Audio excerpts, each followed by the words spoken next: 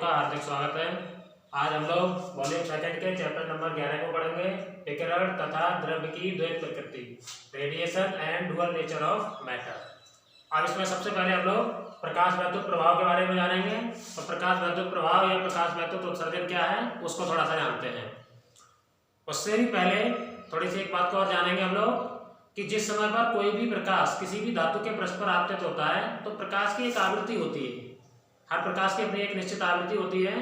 तो जिस समय पर किसी भी धातु के पृष्ठ पर एक निश्चित आवृत्ति से अधिक आवृत्ति का प्रकाश आपतित किया जाएगा। अब निश्चित आवृत्ति से अधिक आवृत्ति का मतलब क्या हुआ? उस निश्चित आवृत्ति का मतलब देहली आवृत्ति या संस्तब्ध आवृत्ति से है। मतलब जिस समय पर धातु के पृष्ठ पर प्रकाश डाला जा रहा है तो धातु के पृष्ठ पर आपतित प्रकाश की आवृत्ति उस देहली आवृत्ति या संस्तब्ध आवृत्ति, जिसको अंग्रेजी में कट ऑफ फ्रीक्वेंसी बोलेंगे, उससे अगर अधिक है तब धातु के पृष्ठ से इलेक्ट्रॉनों का उत्सर्जन होता है, अन्यथा की स्थिति में नहीं होता है। तो जिस समय पर किसी भी धातु के पृष्ठ पर एक निश्चित आवृत्ति से अधिक आवृत्ति का प्रकाश आपतित किया जाएगा तो धातु के पृष्ठ से इलेक्ट्रॉन उत्सर्जित होने लगेंगे। इस घटना के लिए प्रकाश वैद्युत प्रभाव या प्रकाश वैद्युत उत्सर्जन कहते हैं। देखिए यहाँ पर इसको हम लोग इस तरह से लिख लेंगे। जब किसी धातु के पृष्ठ पर एक निश्चित आवृत्ति, अब निश्चित आवृत्ति वो देहली आवृत्ति है, निश्चित आवृत्ति से अधिक आवृत्ति का प्रकाश आपतित किया जाता है तो धातु के पृष्ठ से इलेक्ट्रॉन उत्सर्जित होने लगते हैं। इस घटना को प्रकाश वैद्युत प्रभाव या प्रकाश वैद्युत उत्सर्जन कहते हैं। तो जिस समय पर किसी भी धातु के पृष्ठ पर एक निश्चित आवृत्ति अर्थात देहली आवृत्ति से अधिक आवृत्ति का प्रकाश आपतित किया जाएगा तो धातु के पृष्ठ से इलेक्ट्रॉन उत्सर्जित होने लगेंगे। इस घटना के लिए प्रकाश वैद्युत प्रभाव या प्रकाश वैद्युत उत्सर्जन कहेंगे। अब इस प्रकाश की वजह से जो इलेक्ट्रॉन उत्सर्जित हो रहे हैं उन इलेक्ट्रॉनों के लिए प्रकाश इलेक्ट्रॉन बोला जाता है और उन प्रकाश इलेक्ट्रॉनों के कारण जो धारा प्रवाहित होती है उसके लिए प्रकाश वैद्युत धारा बोलते हैं। इलेक्ट्रॉनों के लिए प्रकाश इलेक्ट्रॉन और धारा के लिए प्रकाश वैद्युत धारा कहते हैं।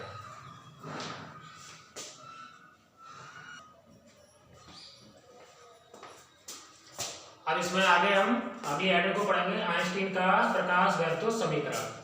तो आइंस्टीन ने प्रकाश वैद्युत प्रभाव की व्याख्या की और उसके आधार पर एक प्रकाश वैद्युत समीकरण दिया। तो आइंस्टीन ने प्रकाश वैद्युत प्रभाव की व्याख्या प्लांक के क्वांटम सिद्धांत के आधार पर की। अब प्लांक का क्वांटम सिद्धांत क्या है? प्लांक का क्वांटम सिद्धांत ये होता है कि प्रकाश या विकिरण ऊर्जा के छोटे छोटे बंडलों या पैकेटों के रूप में चलता है। प्रकाश या विकिरण ऊर्जा के छोटे छोटे बंडलों या पैकेटों के रूप में चलता है और प्रत्येक बंडल या पैकेट की जो ऊर्जा होती है वो ऊर्जा फिक्स होती है, जिसके लिए एच न्यू कहते हैं। स्मॉल एच प्लांक नियतांक होता है और न्यू आपतित प्रकाश की या उस विकिरण की आवृत्ति होती है। और इस बंडल या पैकेट के लिए फोटोन बोलते हैं। तो प्लांक का जो सिद्धांत है उसके अनुसार प्रकाश या विकिरण ऊर्जा के छोटे छोटे बंडलों या पैकेटों के रूप में चलेगा। प्रत्येक बंडल या पैकेट की ऊर्जा फिक्स होगी एच न्यू और उस बंडल या पैकेट के लिए फोटोन बोलेंगे।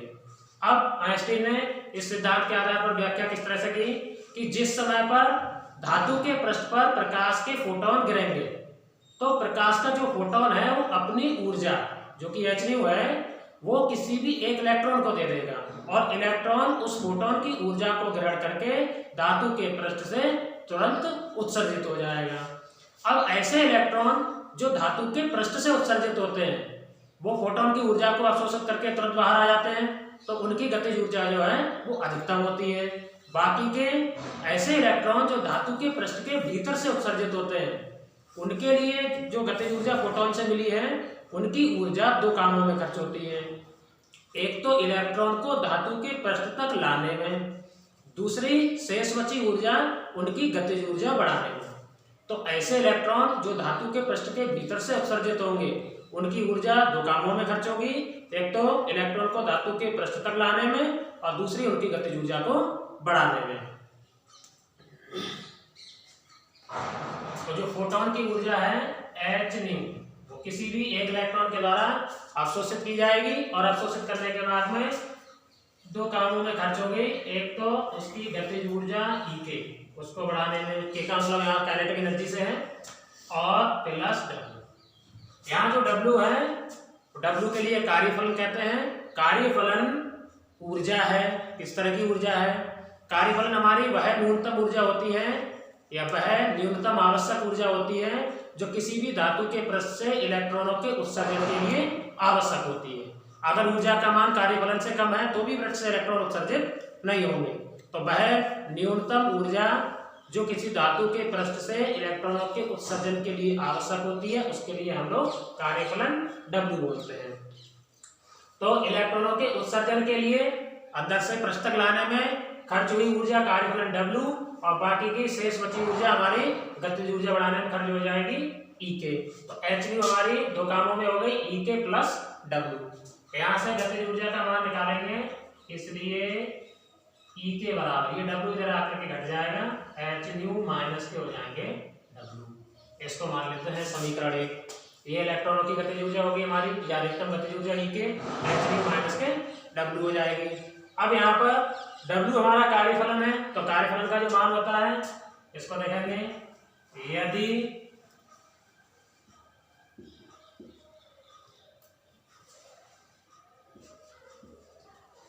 आपतित प्रकाश की देहली आवृत्ति ν0 है, तब कार्यफलन W। अगर आपतित प्रकाश की आवृत्ति हमारी जो कि देहली आवृत्ति है, वो देहली आवृत्ति ν0 है, तब कार्यफलन होता है हमारा W बराबर H ν0। वैसे तो ऊर्जा के बराबर रहेगा W बराबर H न्यू इस तरह से, लेकिन आपतित प्रकाश की आवृत्ति देहली आवृत्ति जो हमारी ν0 है, तो W बराबर हो जाएगा H ν0। ये ν0 का मान हमारा यहाँ समीकरण नंबर 1 में रख देना है।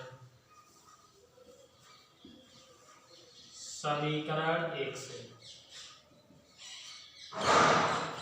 समीकरण 1 से E के बराबर H न्यू को वैसे लिख देंगे, और W की जगह पे यहाँ लिख देंगे H ν0। दोनों जगह से H को कॉमन लेना है, यहाँ बचेगा न्यू और यहाँ पर बचेगा ν0।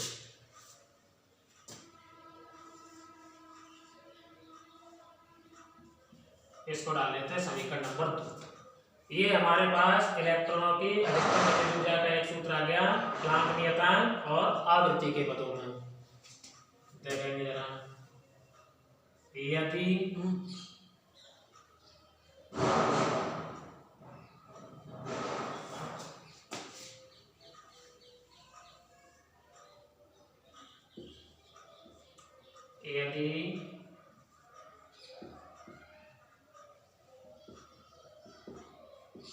इलेक्ट्रॉनों का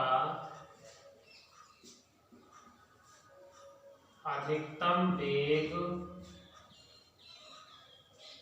Vmax, Vmax का मतलब हुआ मैक्सिमम।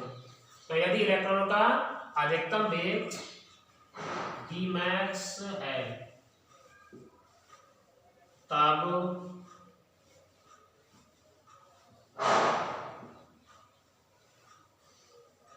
अधिकतम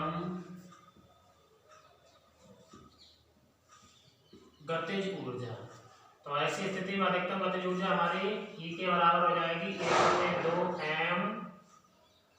mv²।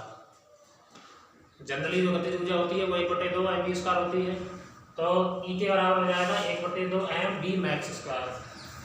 इसको मान लेते हैं समीकरण नंबर 3। तो समीकरण 2 और 3 को देखेंगे, दोनों ही हमारी अधिकतम गतिज ऊर्जाएं हैं। तो समीकरण 2 व 3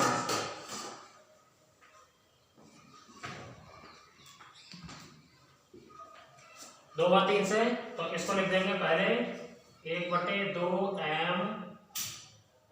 mv², या यहाँ लिख देते हैं 1/2 mv²,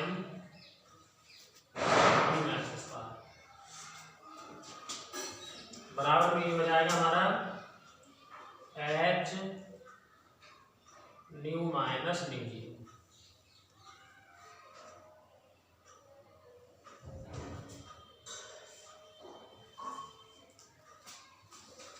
1/2 m v max square बराबर h nu minus nu zero. तो इस समीकरण के लिए आइंस्टीन का प्रकाश वैद्युत समीकरण कहते हैं, या फिर इसको, ये हमारा h और केवल न्यू के पदों में है, इसको भी आइंस्टीन का समीकरण कह सकते हैं। इसे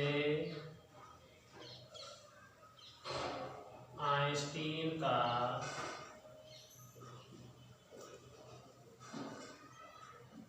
प्रकाश वैद्युत समीकरण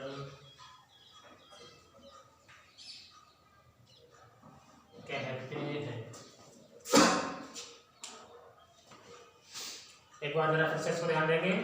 एच न्यू फोटोन की कुल ऊर्जा हमारी दो कामों में खर्च हो गई, ई के प्लस डब्ल्यू, यहाँ से ई के निकालेंगे तो डब्ल्यू इधर माइनस हो जाएगा, तो ई के बराबर एच न्यू माइनस के डब्ल्यू। यदि आपके प्रकाश की दैवीय आवृत्ति न्यू जीरो है तब कार्यफलन डब्ल्यू बराबर हो जाएगा एच न्यू जीरो, ये मान करके यहाँ रखना है। तो समीकरण 1 से ई के बराबर एच न्यू और माइनस डब्ल्यू की जगह पर H mu zero, H common लेंगे, न्यू माइनस के न्यू जीरो से आएंगे यहाँ पे। यदि इलेक्ट्रॉनों का अधिकतम वेग v मैक्स है तब अधिकतम गतिज ऊर्जा ई के बराबर 1/2 m v मैक्स स्क्वायर हो जाएगी। ई के दोनों ही समीकरण 2 और 3 हमारी ई के बराबर रहेंगी, दोनों ही गतिज ऊर्जाएं हैं। तो समीकरण 2 और 3 से 1/2 m v मैक्स स्क्वायर बराबर हो जाएगी हमारी h न्यू माइनस के न्यू जीरो। तो इस समीकरण के लिए आइंस्टीन का प्रकाश वैद्युत समीकरण है।